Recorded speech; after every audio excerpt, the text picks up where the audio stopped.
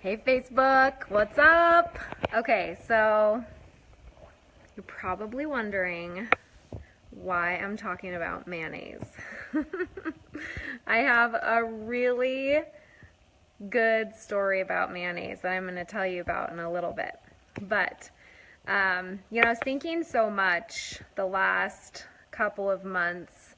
I've been reading a ton of books, and I just cannot get this quote from Maya Angelou off of my mind that I read in one of Brene Brown's books, Daring Greatly.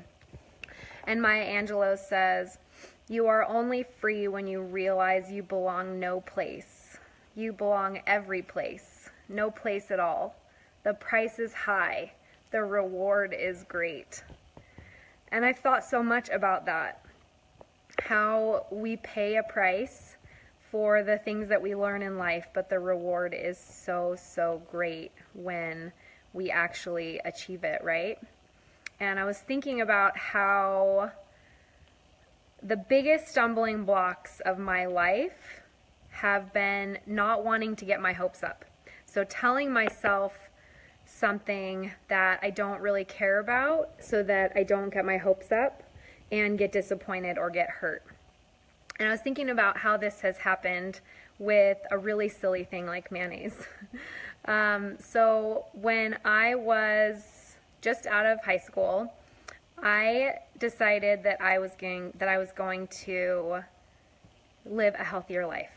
And so I wanted to cut out calories from everything that I was doing. You guys, this was like the stupidest phase of my whole entire life, right? I was literally eating like bread and vegetables, and I was eating at Subway almost 3 times a day. I was 18. We'll just leave it at that. I was 18, okay? And so I told people that, because I didn't want anyone to know that I was trying to like lose weight eating vegetables and bread, like 18, idiotic. And so I would only get mustard on it, which was probably full of sugar. Again, 18. Don't mind my 18-year-old self. And so I would tell people I don't like mayonnaise. I don't like mayonnaise because I didn't want anyone to know that I was not having mayonnaise because I was trying to not have mayonnaise. I didn't want anyone to know what I was really doing because then I'd have to have them think things about me. And so I would just tell, literally for 10 years, I told people I didn't like mayonnaise, you guys. I love mayonnaise. I love anything. Oh, hey, Chris, what's up? I like mayonnaise. I like sour cream. I like anything creamy, ranchy, whatever. But I told people I didn't like mayonnaise because I didn't want them to know that I was trying to cut calories with mayonnaise. And because I wanted to fit in. Right? So how many times do we tell ourselves things that we don't really care about because we don't want people to know what we're up to? We don't really want them to know that we're really trying, because if we're really trying, then we can actually fail. And I've thought so much about this because if we're not really trying, then we can't really be failing. And I was thinking about how I've always really liked to play it safe in my life, whether it's in high school and I wanted to go out for the lead in the school play, or whether it was trying out for cheerleading, or whether it was going to college and picking a major. I picked a major that I thought would be really easy. Yeah, fear of failure is the biggest dream sucker. It really, really is. There are just so many things in life, and I don't think that I'm alone. So give me those hearts popping up, guys. Keep them coming, because I don't think that I'm alone in playing it safe. And I think so many times we play it safe because we're so worried about what other people might think. If they see us try for something, if they watch us fail, what will people think, right? And I was thinking about all of the things that I have said that I wanted to do in my life, and that someone told me it wasn't possible. And then them telling me that it wasn't possible, and that it would be too much work to do, I let that affect me going after something that I really, really wanted. And there have been so many things that I have missed opportunities for because I was trying to play it safe. And I was thinking about, what are the dreams? This is what I want to talk to you guys about tonight. What are the dreams that you are not even daring to go after because somebody has told you it's not going to work, it's not possible, and it doesn't make sense for you to do that in your life?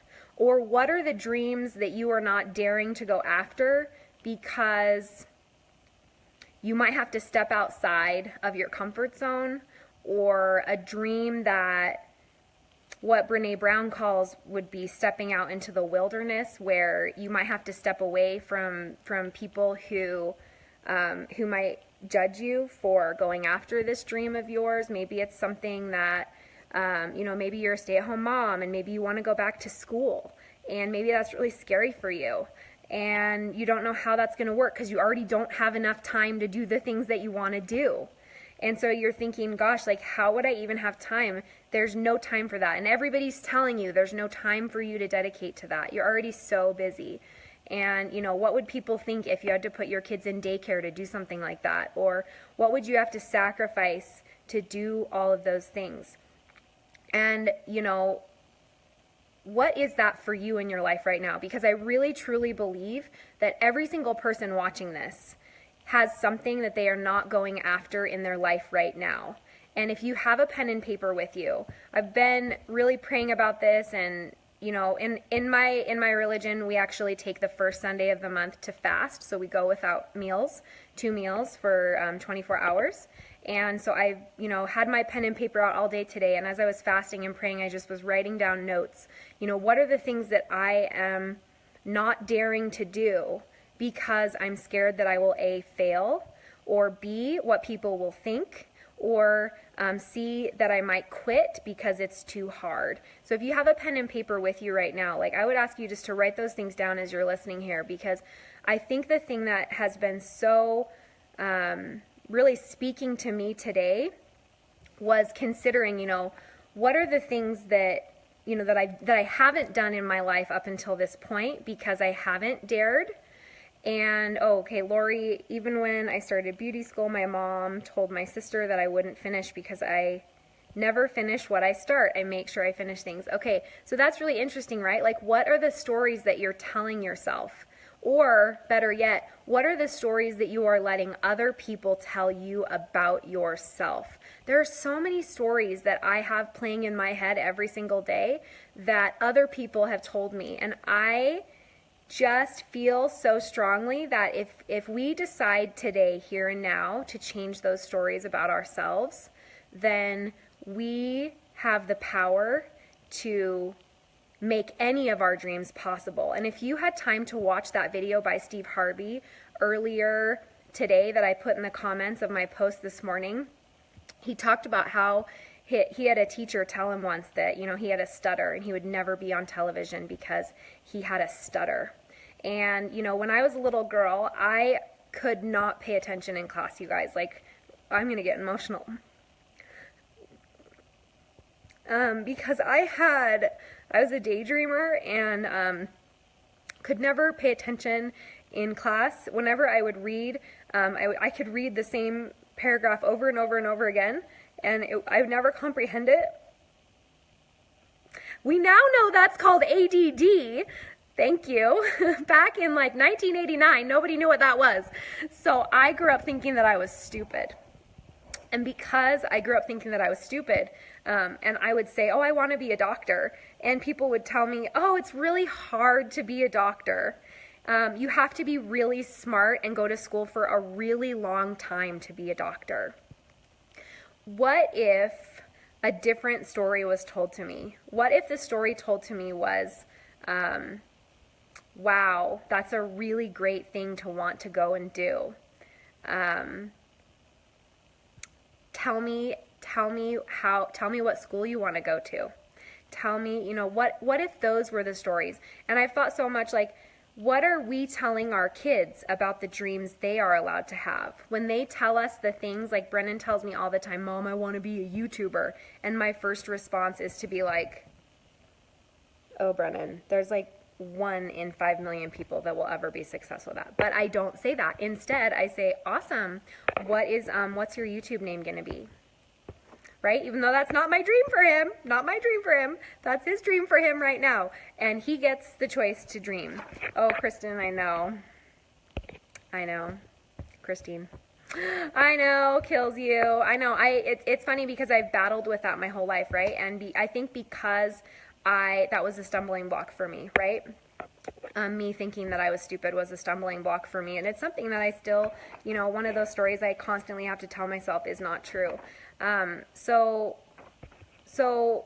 I feel like if you are the type of person who likes to play it safe and you call yourself a realist instead of maybe a pessimist, you use the word realist,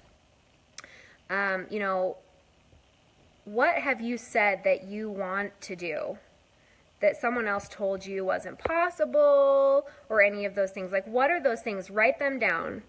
And I think the thing is, when you are being a realist and you are saying, I don't even want to go try that because what if everybody saw me fail?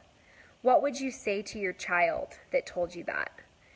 Talk to yourself as if you were your own child. Another example of this, we bought our home 7 years ago, and it is a beautiful home. We are so blessed to have it. And I used to tell people that I never want to move ever again, and I never need anything more than this, because I was too afraid to dream any bigger. I was afraid that if I said I want more than what I have, then I might actually be disappointed one day in not having it. I don't know if that made any sense to you guys, so I'm going to try and articulate it again. What I mean is there something that you are wanting in your life that you are too scared to even allow yourself to dream about, like maybe a bigger home or a vacation or a lifestyle that you'd like to lead or something like that? Is there something in your life that you are not even allowing yourself to dream about because you don't want to get your hopes up and then not be able to have it? Because for me, that was huge. I remember thinking like, well, I don't want to say that someday we'll have a bigger house, because what if we don't have a bigger house? And it's not about the bigger house. Hear me when I say it doesn't matter what size your house is. It doesn't matter how much money you make.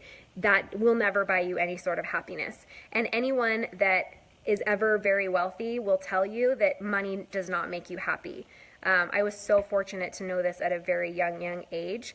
And money does not buy happiness, but gosh, it sure does buy convenience. and whether you're rich or poor, it's always nice to have a lot of money, right? Sean's 85-year-old patient told us that 10 years ago when we were just barely starting out, and I've never forgotten that piece of advice. So, I really wanted just to kind of talk about all of this to you tonight, because I feel like so many times the reason why we don't go after our dreams is because we are too scared of not fitting in. We are too scared to leave the wilderness. We think, well, I'm going to stay here in my safe, comfy place where everyone is comfortable with where I am. But what if you test those boundaries? What if you went after a dream of yours? What if everyone saw you go after it? And what if you achieved it? What if you actually put in the hard work to get the dreams that you really, really wanted? And I want you to imagine what that might feel like. Whatever dream it is that you have, and I know you know it. I don't even have to tell you what it is, because you already know it right here in your core. When I'm talking, you already are thinking, oh my gosh, Emily knows. Emily knows. She knows my dream that I don't want to say out loud. It's fine. You don't have to tell us. Put it in the comments if you want. Write it down on a piece of paper, whatever it is. For Steve Harvey, it was wanting to be on television. For me, as a little girl, I always wanted to own horses. I always wanted to own a horse. That has been a dream of mine since I was tiny little girl. I wanted to own a horse. I wanted to grow up and be famous. Because I love being on stage. Big surprise, I know. And I wanted to get married and be a mom and be a teacher and a doctor. And I had lots of things that I wanted to be, right? And as I grew older, I had people tell me that some of those things were never going to happen because most people never make it that far. And then as an adult and, a stay-at-home mom, I wanted to be a mom, and then it was looking like, we had infertility issues, and it was looking like maybe I wasn't going to get to do that, and then I had 4 babies really fast, and then I got super overwhelmed, and then I took on a new venture that was probably the scariest thing I've ever done in my whole entire life. And there were many, many people who told me that that never works out for anyone. And you shouldn't even try, because nobody ever succeeds at those things. And you guys, if I would have allowed that lie into my heart, I would not be where I am today, and my family would not be as healthy and happy and financially stable as we are today. And so, I think that as we think about the things that we allow others to have control over our lives, whether it's the dreams that we want to go after, listening to people tell us we can't or we shouldn't or it's not possible, how about you decide today to not accept that? Because there are so many things that we tell ourselves we can't achieve and we can't do because other people have told us that we can't do them. And for me, stepping out into that wilderness 2 years ago to go after something that I really, truly believed in, and doing it until I succeeded and continuing to do it while I succeed some more, has brought me so much understanding of myself and the people around me that I never even knew I could understand. And I've looked at so many examples in the scriptures. Brene Brown, daring greatly, she's a genius and everything, but you guys, the scriptures have been talking about this theory for thousands of years. Thousands, okay? If you're not into religion, hold on, I'm only going to talk about it for a second. It is Sunday, you look at the Savior. He was someone who had to stand alone in the wilderness. You look at Moses. Thank you. Oh, my 3rd grade teacher is here, you guys. Okay, so Mrs. Miyake, go find her comment, Candace Miyake. She was my 3rd grade teacher. And you guys, I got to brag on her for just a minute, and then I'll get back to Moses. So in 3rd grade, Mrs. Miyake, she's right here watching. She was like the first teacher that ever made me feel smart. I love you so much. She literally was that teacher that changed my life forever, because I would tell her, I want to do these amazing things, and she would say, oh, you're so smart, Emily. You're going to do all those things. And then she, because she was so amazing, I wanted to grow up and be just like her, so I went and literally became a 3rd grade teacher because of her. So she's just so incredible, and I'm so grateful that you're here watching. Thank you for watching. And she's still a teacher, you guys, at the same elementary school. Willow Canyon. Wildcats are we. Anyone else know it? Did you guys go to that school? If anybody went to that school, I hope you're singing the song. Oh, I love you so, so much. Okay, so anyway, Moses. When he had to go out and put his staff into the Red Sea, and he parted the Red Sea, I've thought so much about how that was just the easy part, was putting that staff down and watching those seas part. And then the hard part was actually walking through it. Like, imagine yourself walking through a parted Red Sea, and you're looking from side to side. And I truly believe that this story actually happened. If you don't believe it, that's fine. The analogy is amazing. So you're literally walking through the Red Sea with Moses. And I bet, would I have been one of those people that would have walked through with him? Would you have been one of those people to walk through? Him doing that took so much faith, and he had to step out into the wilderness to do that. I look in, in my religion, so I'm Mormon, if you don't know that, and I know lots of you do, but I know that I have tons of other friends from work who are Christian, and some of them don't know that yet, but I am Mormon, and we have a set of scriptures called the Book of Mormon. If you want a copy, let me know. I will send you one. And in it, there are some amazing stories, and I think so much about Nephi. And Nephi was told to go and build a boat. And the very first thing that he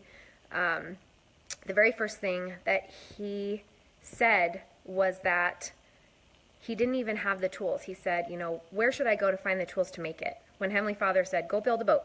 And Nephi, instead of saying, I don't have the tools to build it, he said, where do I go to find the tools? And then he said, okay, now how do I use the tools and how do I make the boat? And the whole time, his family, his brothers, were mocking him and making fun of him and telling him that he couldn't do it and that he was so silly and dumb to be building this ship. Because he didn't know how to build a ship. It was a waste of time. It was a waste of everything. So whatever it is, whatever dream you have written down tonight as you've thought on this, whatever that is, if you have people who are making fun of you, or if there are people that don't understand what you're doing, take peace in knowing that you are stepping out into the wilderness. And really, that's where all the cool people are anyway. That is exactly what Maya Angelou was talking about when she said, you are only free when you realize you belong no place. You belong every place, no place at all. The price is high, the reward is great. Sure, the price is high when we step out and we go after our dreams and people don't understand. The price is high. I get it. I totally get it. If anyone gets it, it's me. And sometimes you feel so alone when you have stepped out to go after that dream, whatever it may be. The price is high. You might lose people along the way, but the reward is great because when you achieve that goal and when you get to where you want to be, that is where your happiness truly lies. And it is not dependent on anyone thinking you're amazing or anyone understanding or accepting what you're doing. It's amazing because you're standing out there in the wilderness by yourself because you accomplished something you didn't think you could accomplish. And that is why I have done everything that I have done for the last 2 years. That is why I keep sending people messages. I keep reaching out. I keep dreaming for more. Because the biggest blessing that has come to us for the last 2 years is, outside of the atonement. Nothing is a bigger blessing than the atonement. But the biggest blessing that has come to us in the past 2 years through everything that we have gone through is the freedom itself. The freedom to feel well, the freedom to not be in debt at 35, the freedom to dream without limitation. Because before, we were dreaming, but there was like a cap on our dream. There was so much of a cap because I couldn't even dream past a certain point because I knew we'd never get past where we were locked under financially. I knew I didn't have any energy to do the things I wanted to do. What do you want? What is keeping you from that? I know what was keeping me from everything that I wanted. I was exhausted. I was cranky. I was ornery. I was constantly craving sugar. I was not sleeping. I was moody. I felt low. I felt high. I felt all over the place. And all of those things were keeping me from feeling free. And then there was the financial part of all of it. And if anyone has ever been in credit card debt, you know exactly what I'm talking about. You feel like groceries are a burden because, again, you have no freedom when you are so pushed down by everything that you cannot do. And so this is what this is the message that I want to leave with you tonight. And I'm so excited moving forward. Each Sunday night, I am going to bring one person on with me, so you don't always have to listen to me. I have so many amazing people in my life that I want to learn from and gain wisdom from. So every Sunday night about this time, I'm going to interview amazing people that inspire me in my life, that have taught me amazing things, and young, old, everything. Like, I just want to learn from amazing people. And so tonight, I hope that what I can leave with you is that the reason why I've done what I've done for the past 2 years, and the reason why I have gone out into that wilderness, even though I know that some haven't understood and many have judged. But the reason why I do all of these things is because of the freedom that I've been given, and the freedom that I've felt, and the freedom that it's brought our family and myself. And more than anything, I want to give that to others, because I remember what it felt like to not have it. And I remember what it felt like to not be able to dream past a certain point. And I know that there's more out there for all of you that have put a cap on your dreams. And I know that if you can dream a little bit bigger and believe in yourself a little bit more, that you can accomplish more in your life than you could ever imagine. And if you have any interest in letting me help you achieve that with what has helped me do that in the last 2 years, I would love to get a message from you. If you loved what I said tonight, push that share button and share this on your personal wall. I'm so excited to do this Sunday thoughts thing. I don't have a name for it yet. If you have a great name, let me know. I'd love to hear your name and use it. But every Sunday, I'd love to think about the things in our lives that have changed us as people and that have made us better and helped us to believe more and dream bigger. And I'm so glad that you're listening to me tonight cry out my eyes, and really, if you're someone who is just tired of not being able to dream, and someone who is tired of not being able to feel life in the way that you know it really can be felt, we should talk. Love you guys. Bye.